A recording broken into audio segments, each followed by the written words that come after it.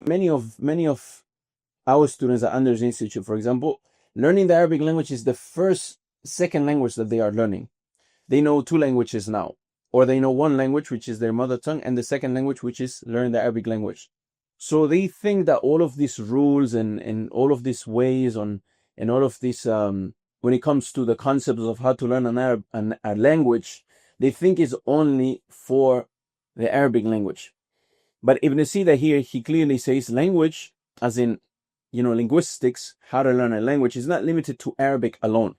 Then he says, the first is the memorization of words and expressions that signify meaning in every language, such as tall, short, worker, scholar, ignorant. So this is the first step.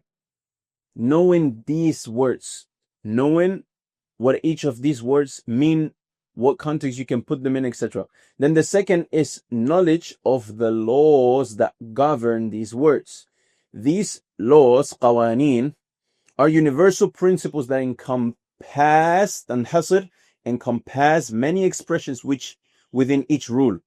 They enable a comprehensive understanding of how language is structured for the purpose of knowledge and expression. Tamam. So the second part is these rules. What is a mubtada? What is a khabar? What is a maf'ul bihi? What is mabni lil majhul? What is al munada? What is al munada al ghayr maqsuda wal maqsuda? And all of these different things that you then can take these words and use these rules so you can make sense of them. And of course, this might sound like a lot of theory right now. Bear with me before we go into the practicality, but it's important, as we said, for you to understand what are you doing before you even do it. Understand what it is before you even get into doing it. And then Ibn Sina was the first one to use the term linguistics, as found in the introduction of his book, Al-Muhkam. Now I need you to reflect on this. He said the language is of two parts. First is hifdhul alfaz, memorizing terms, memorizing nouns, memorizing vocabulary. You collect vocabulary, you build your word bank. Then part two is al-qawaneen, the rules that govern those words.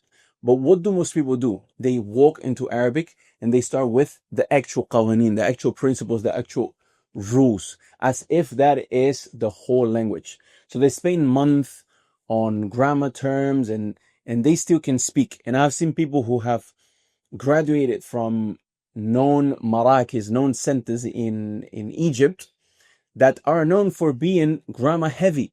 And at the end of it, they still cannot speak or maintain a regular conversation. They can do a lot of breaking sentences in a paper, but they cannot speak. So what happens is that their heart breaks because it feels like nothing is moving, and that's when they quit.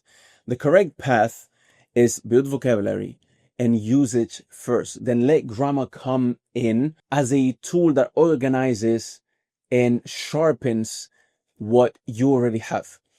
And that leads me to quote number 2 to prove this thing that I'm saying, and that further explains what Al-Imam Ibn Sina, Al-Imam in the Arabic language,